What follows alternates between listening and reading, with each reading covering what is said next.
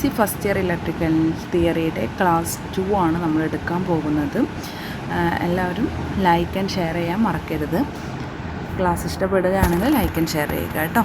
നമുക്ക് കഴിഞ്ഞ ക്ലാസ്സിൽ ഒരു ക്ലാസ് എടുത്തിട്ടുണ്ടായിരുന്നു. ഇനി നെക്സ്റ്റ് അതിൻ്റെ തുടർച്ചയായിട്ടാണ് ക്ലാസ് പോകുന്നത് കേട്ടോ. കണ്ടക്ടേഴ്സിനെ കുറിച്ചാണ് പറഞ്ഞിട്ടുണ്ടായിരുന്നത്. ഇനി കണ്ടക്ടേഴ്സിൽ നമുക്ക് പറയാനുള്ളതാണ് അലൂമിനിയം വൈദ്യുത പ്രസരണ രംഗത്ത് ചെമ്പിന് പകരമായിട്ട് ഏറ്റവും കൂടുതൽ ഉപയോഗിക്കുന്ന ലോഹമാണ് എന്ത് പറയുന്നത്, അലൂമിനിയം എന്ന് പറയുന്നത്. ഇതിൻ്റെ സവിശേഷതകൾ എന്തൊക്കെയാണെന്ന് വെച്ചാൽ, ചെമ്പിൻ്റെ ചാലകതയുടെ ഏകദേശം 60% മാത്രമേ അലൂമിനിയത്തിനുള്ളൂ. എങ്കിലും ഭാരം കുറവായതിനാൽ ഓവർഹെഡ് ലൈനുകളിൽ ഇത് വ്യാപകമായിട്ട് ഉപയോഗിക്കുന്നുണ്ട്. ചെമ്പിൻ്റെ 1/3 ഭാരം മാത്രമേ എന്തിനുള്ളൂ, അലൂമിനിയത്തിനുള്ളൂ കേട്ടോ. ചെമ്പിനെ അപേക്ഷിച്ച് വില വളരെ കുറവാണ്. മെൽറ്റിംഗ് പോയിൻറ്റ് 1220 ഡിഗ്രി ഫാരൻഹീറ്റ്, ഏകദേശം 660 ഡിഗ്രി സെൽഷ്യസ് ആണ്. പ്രധാന പോരായ്മ എന്ന് പറയുന്നത് എന്താണെന്ന് വെച്ചാൽ, ചെമ്പിനെ അപേക്ഷിച്ച് ബലം കുറവാണ്.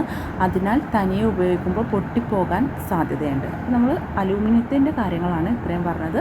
ഒന്നുകൂടി നിങ്ങൾ ശ്രദ്ധിച്ച് ഒന്നുകൂടി റിവൈൻഡ് അടിച്ചിട്ട് കേൾക്കുക കേട്ടോ.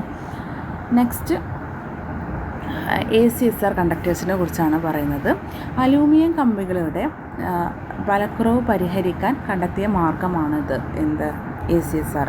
അതിൽ നടുവിലൊരു സ്റ്റീൽ കമ്പിയും അതിന് ചുറ്റും അലൂമിനിയം കമ്പികളും പിരിച്ചു വെച്ചിട്ടുണ്ടായിരിക്കും. പിന്നെ സ്റ്റീൽ കമ്പി കണ്ടക്ടറിന് ആവശ്യമായ മെക്കാനിക്കൽ ബലം അല്ലെങ്കിൽ സ്ട്രെങ്ത് നൽകുന്നുണ്ട്.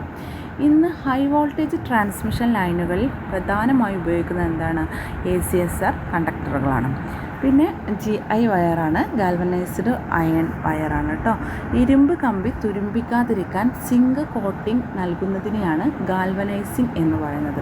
ടെലിഫോൺ ലൈനുകൾ, എർത്ത് വയറുകൾ, സ്റ്റേ വയറുകൾ, പിന്നെ ഗാർഡ് വയറുകൾ എന്നിവക്കായിട്ട് GI വയറുകൾ ഉപയോഗിക്കുന്നുണ്ട്. അടുത്താണ് ടങ്സ്റ്റൻ്റെ കാര്യങ്ങൾ. എന്താ വെച്ചാൽ, വൈദ്യുത ബൾബുകളിലെ ഫിലമെൻറ്റ് നിർമ്മിക്കാൻ ഉപയോഗിക്കുന്ന ലോഹമാണ് ടങ്സ്റ്റൺ. ഇതിൻ്റെ പ്രത്യേകത എന്താണെന്ന് വെച്ചാൽ, ഉയർന്ന മെൽറ്റിംഗ് പോയിൻ്റാണ്. ഏകദേശം അത് വരുന്നത് 3400 ഡിഗ്രി സെൽഷ്യസിനാണ്. പിന്നെ അതിനാൽ ചൂടിലും ഉരുകി പോകില്ല.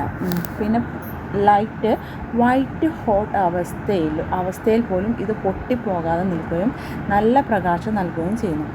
ഇതിൻ്റെ ഉപയോഗം ഇൻകാൻഡസൻ്റ് ലാമ്പുകൾ, ഫ്ലൂറസൻ്റ് ലാമ്പുകൾ, റേഡിയോ വാൾവുകൾ എന്നിവയിൽ ഫിലമെൻ്റായിട്ട് ഉപയോഗിക്കുന്നുണ്ട്. ഫിലമെൻറ്റ് കരിഞ്ഞു പോകാതിരിക്കാൻ ബൾബിനുള്ളിൽ ആർഗൺ പോലുള്ള നിഷ്ക്രിയവാതങ്ങളോ നൈട്രജനോ നിറക്കുന്നുണ്ട് കേട്ടോ.